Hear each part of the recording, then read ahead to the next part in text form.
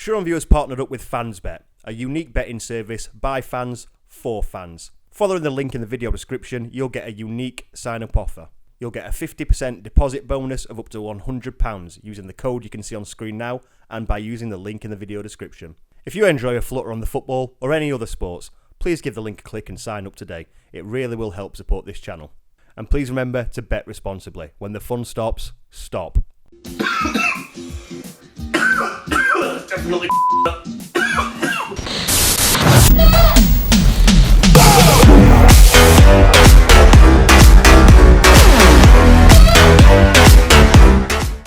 How are we doing, Blades fans? It's Johnny from the Shoreham View. You're watching Next Up. If you haven't already, please subscribe to the channel, give the video a like, it really does help us out a lot. Also, if you get time, head over to our social media, Twitter, Instagram, Facebook, give us a follow. We post some decent stuff on there, or at least we like to think so. Last time in the league, we fucking scored! But we lost. Yeah. Fucking hell. Yeah, it was a boring game. I'm not going to go too much into it. We all watched it, we all saw it.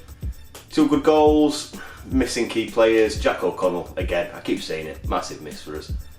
Just, we never got going, did we? Apart from a wonder goal from Dids there. What did we really do?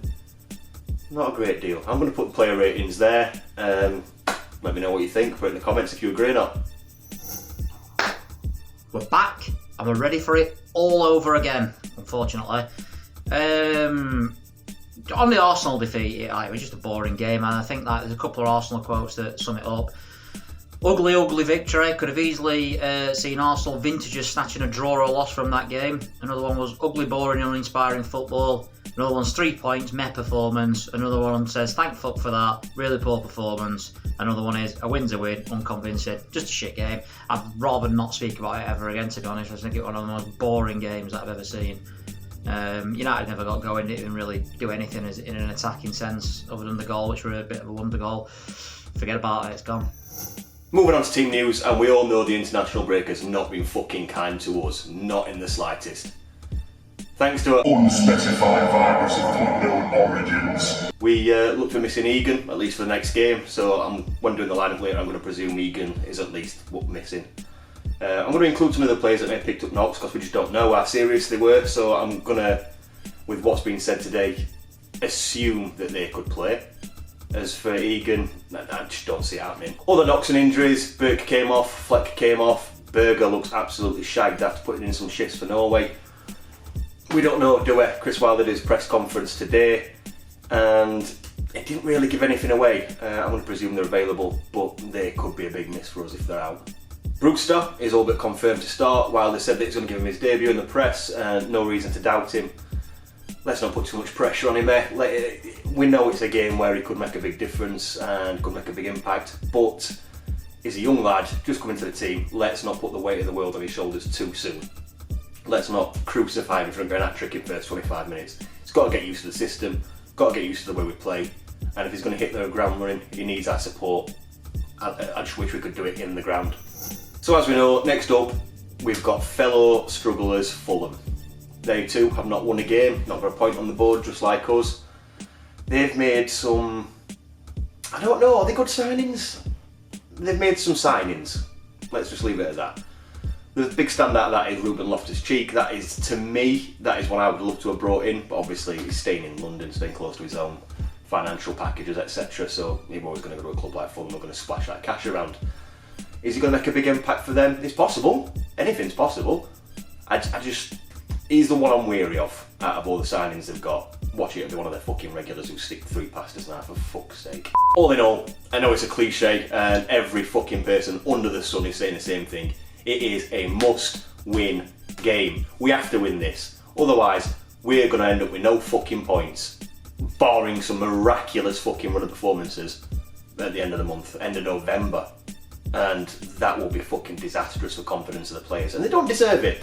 I mean, Leeds game, don't think we deserve to lose. Villa game, don't think we deserve to lose. Arsenal game, I don't know. It were ifs and buts. They got 2 goals, but we didn't really look like creating anything. But we need to start putting something together. Fulham is where we need to get some points on the board because they're going to be vital, especially come the end of November and for the players' confidence. Line-up I'd go for this game. As I said, I'm going to presume Egan can't play. The rest of them, I'm going to assume that they can. So we're going to go with Rambo in net. Then in that Egan role, with what's available, I think it's going to be Ampadu if Egan's not playing, which I don't think he will be. Then we're going to have Mr. Reliable, Chris Basham.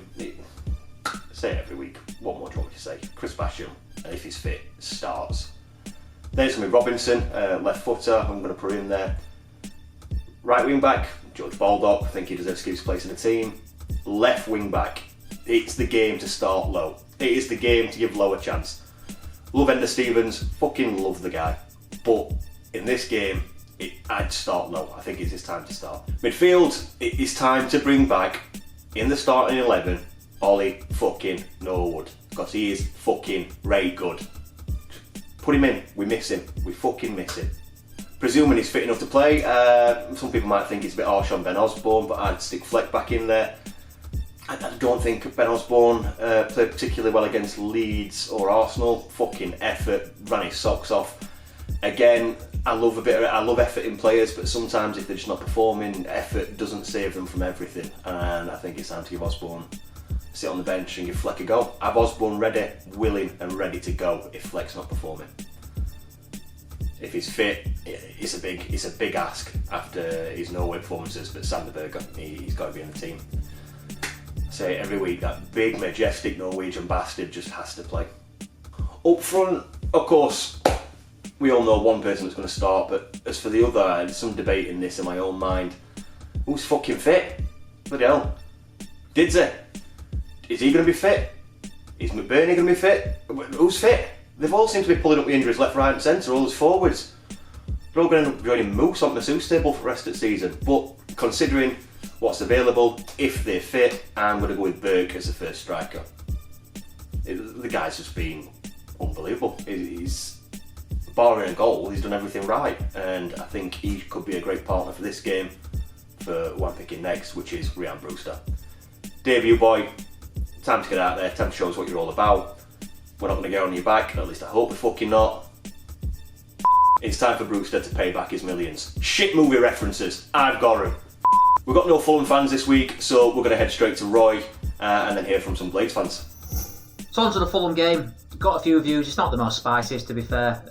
Not really much to say so far. They realise it's a big game and they're talking about, you know, how their players coming back from international duty. Mitrovic has played a competitive game and he's not really played much football, so they're worried about him. Got a couple of new signings, Loftus-Cheek obviously.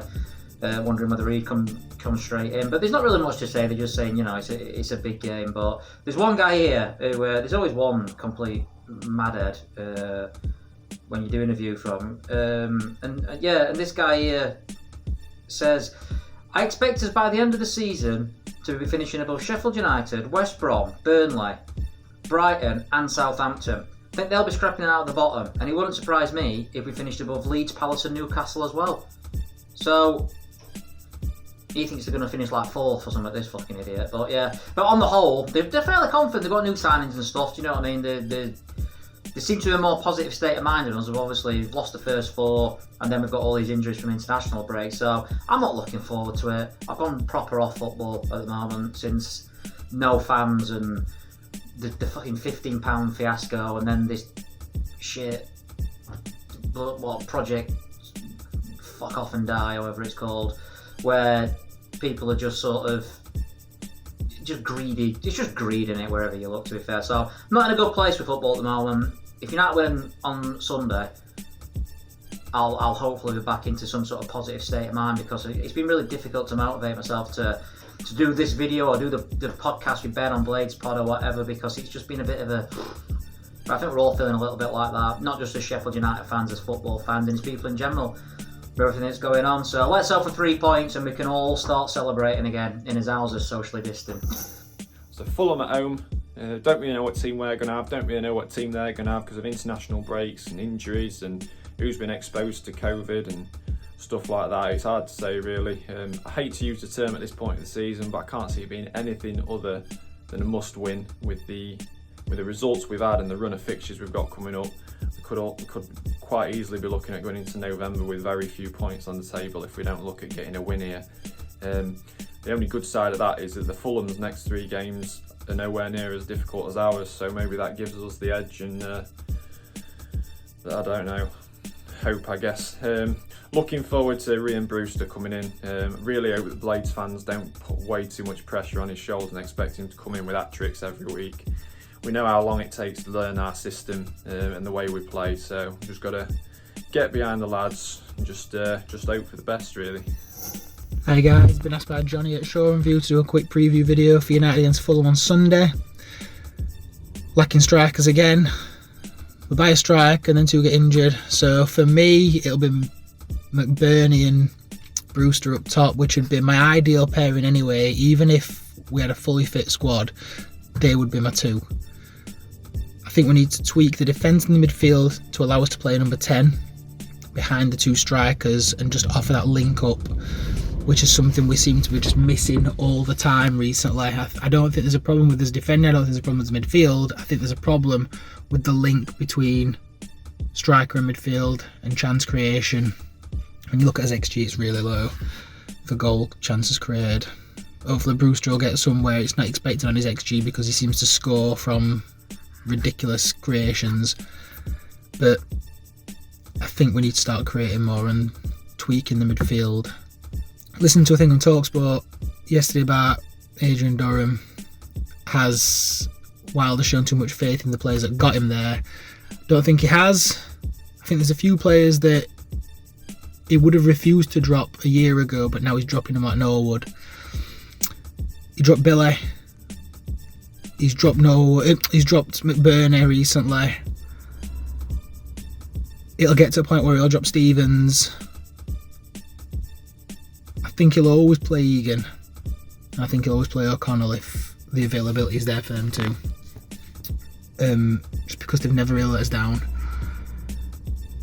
I wouldn't be playing Robinson at left centre back. I'd be playing Ampadu, and I'd be saying to him to use both feet and just stride forward, kind of like what Basham does on the other side. I think we can win. I think we can get 2-0. Depends which Fulham turn up. It'll either be the Fulham that got obliterated by Brentford and were appalling, or it'll be a decent Fulham side that are quite compact and tight and make it hard for us to break them down. If they do that, we won't break them down. Simple as that, because we're just not good enough. If we can get a scrappy goal early on, the floodgates could open because we could have confidence. But if we can't break them down, it could be very, very tight. I still think we might edge it, but 2-0 is my prediction. But don't be surprised to see like a 1-0 89th minute. Cheers, guys. Thank God we are back to normal football after the international break. It always feels so much longer than 2 weeks, but we are back this weekend in a must-win game, and it is a must-win game at home to Fulham, another side in the league who are yet to pick up points just like us, and they're a side that's expected to go straight back down to the Championship under Scott Parker. They've not made a great start to the season, as I said, and we should be going in expecting to win against a side like this, and I do expect us to win. I expect us to get our first points of the season this weekend, touch wood. The international break hasn't been kind to us. They seem Berger looks quite tired after his spell in Norway. I feel a couple of players have picked up knocks on duty with Ireland and Scotland as well, which isn't too kind for us, but hopefully we still are strong enough to beat Fulham on Saturday, and we do have the debut of Ryan Brewster to look forward to. A lot of pressure on the young man. He's no record signing, but I feel he'll be able to deliver. I really do, and if he doesn't, give him time, don't get on his back, which I'm sure the vast majority won't anyway. But yeah, I'm very much looking forward to seeing what our new 24 can do up front for the Blades. So yeah, I'm quite confident going into this one, and let's hope that it's not arrogance and we do actually pull off this victory. Go on, Blades. My prediction, Blades v Fulham. Massive game for us. Summit results lately in Premier League could easily be 5-5. Realistically, I'm going for a 1-0 Blades win. Missing Arthur's defence, so I imagine Egan's out, so it's going to be Ampadu and Robinson.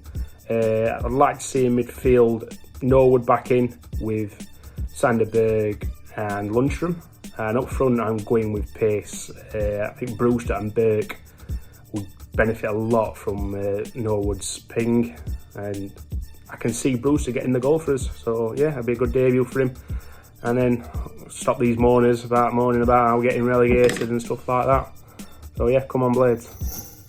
Right, so we move on to the Fulham game. Massive game, isn't it? Difficult to know what team we're going to put out. Who's going to be fit, who's going to be available, where things are going. It's just why it's going this season. Need a result, not a defeat, obviously. So critical game. Bit nervous about it. One we can win. They've got new players in. Are they going to improve? We don't know. So we'll just have to see what comes out. And we just all need to stick together and back this team and back Chris Wilder. Up the Blades. Thank you to everybody who sent in their predictions. We really do enjoy getting them on the channel and getting some of the voices out there.